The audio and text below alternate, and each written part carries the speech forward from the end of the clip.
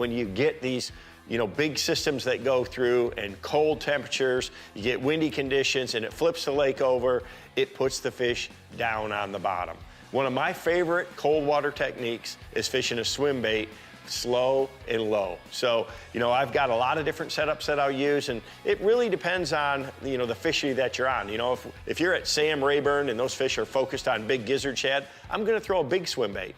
Up north where I live, a lot of times we're gonna throw finesse size swim baits. We're gonna throw something a little bit smaller that might imitate, not only a shad, but could be a perch, could be a crawfish, things like that. So what I like to do is take a Rage swimmer and put it on one of the new Strike King tour grade Rage swimming heads and fish it, again, more down on the bottom. We can use our electronics, our forward-facing sonar and things like that to follow these fish around. And if they are suspended, hey man, there's a lot of ways to do it. But I have found that they really lock down, and just kind of scooting that bait along the bottom, just kind of slow twitching it and dragging that thing along the bottom, getting it closer to it is a great way to do it. And again, whether you're throwing a bigger size swim bait with a heavier head or a smaller swim bait with a lighter head, I just want to pick the one that's going to give me good bottom contact in the depth that I'm in. It doesn't mean that the fish are necessarily going to be in real deep water, but I want to have the right head weight and swim bait size to be able to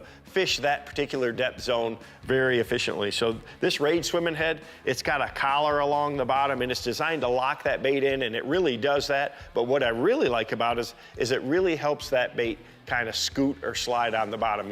If you're dragging this or if you're banging the bottom, you're kicking up mud, you're kicking up dust, you're making noise, you get that slow wag of that Rage swimmer behind it. This is one of the best cold water baits that I have ever thrown. I learned the power of a Rage swimmer years ago. I mean, even here in Michigan, when that ice comes off and the water temperatures in the low 30s, the first bait that I can get them to bite is a Rage swimmer. So this technique is really good. Get that bait down there, make it look natural, move it along slow, and the bass can't resist it.